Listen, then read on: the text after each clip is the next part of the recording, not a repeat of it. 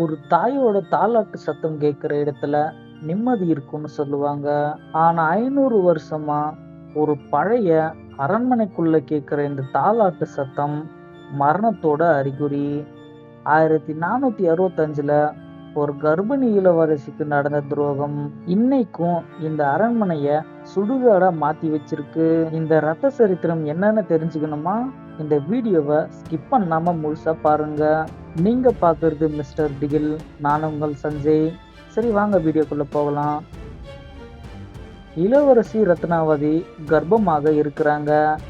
அவளுக்கு வாரிசு பிறந்தா தனக்கு அதிகாரம் கிடைக்காதுன்னு தக்காலத்தி மந்தாகினி ஒரு சதி திட்டம் தீட்டுறா. மந்தாகினி நயவஞ்சக சிரிப்புடன், ரத்னாவதி, உனக்கு பிறக்க போற குழந்தை இந்த நாட்டுக்கே ராஜாவாக ஆகப் போகிறான். இந்த பாலை குடி, உடம்புக்கு ரொம்ப நல்லது அப்படின்னு ஒரு பாலை கொடுக்குறாங்க. ஆனா அந்த பால்ல விஷம் கலந்திருக்கு. இது தெரியாத ரத்னாவதி, நன்றி மந்தாகினி, நீயும் என் மேல இவ்வளவு பாசமாக இருக்கிறாயே, இதை நினைச்சா எனக்கு ரொம்பவும் சந்தோஷமா இருக்கு அப்படின்னு ரொம்பவும் சந்தோஷமா சிரிக்கிறாங்க. ரத்னாவதி அந்த பாலை குடிக்கிறாள். சிறிது நேரத்துல அவளுக்கு வயிறு வலிக்கிறது. அது விஷம் அப்படின்னு அவளுக்கு புரிகிறது. அவள் தரையில விழுந்து துடிக்கிறாள். ரத்னாவதி வலி தாங்க முடியாமல், மந்தாகினி, நீயா? நீ என் குழந்தையை அழிக்கவா இப்படி செஞ்ச? பாவி, பிறக்காத என் குழந்தையை கொன்ன நீ நிம்மதியாக வாழ முடியாது. நான் செத்தாலும் என் ஆத்மா இந்த தொட்டிலை விட்டு போகாது. உன் வம்சமே இந்த தொட்டிலால் தான் அழியும் அப்படின்னு அவங்களுக்கு பிறக்க போற குழந்தைக்காக வாங்கி வச்ச தொட்டில காட்டி மந்தாகினிய திட்டுறாங்க. இப்ப ரத்னாவதி அந்த தங்க தொட்டிலை பிடித்தபடியே உயிரை விடுறாங்க. 10 வருடங்கள் கழித்து மந்தாகினி இப்போது ராணி. அவளுக்கு ஒரு மகன் பிறக்கிறான். அந்த மகனை அதே தங்க தொட்டிலில் படுக்க வைக்கிறாள் மந்தாகினி.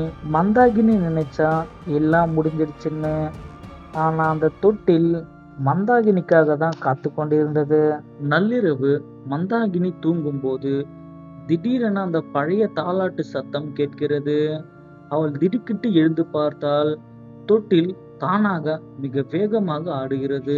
மந்தாகினி பயத்துடன், யார் அது? யார் பாடுறது? காவலாளி, உடனே விளக்கை ஏத்துங்க அப்படின்னு பயத்துடன் சொல்றாங்க. காவலாளிகள் யாரும் வரவில்லை.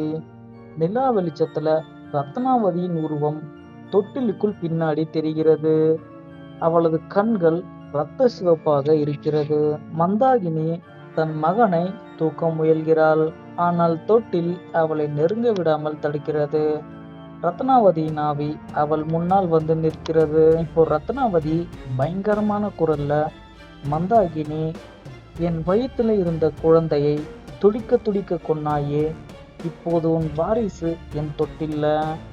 அவன் உயிர் உனக்கு வேணும்னா நீ செஞ்ச பாவத்தை ஒத்துக்க அப்படின்னு சொல்றாங்க.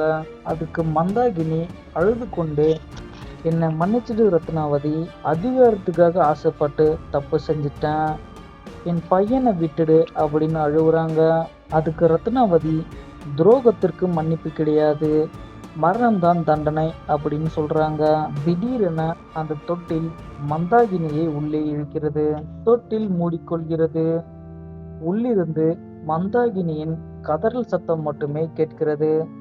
சிறிது நேரத்துல எல்லாமே அமைதியாகிறது. தொட்டில் திறக்கும் போது அங்கே மந்தாகினி இல்லை, வெறும் இரத்த கரைகள் மட்டுமே இருந்தது. இன்னைக்கும் அந்த அரண்மனைக்குள்ள போனா ஒரு குழந்தையோட அழுகை சத்தமும் ஒரு தாயோட தாலாட்டு சத்தமும் கேக்குதுன்னு அந்த ஊர் மக்கள் சொல்றாங்க.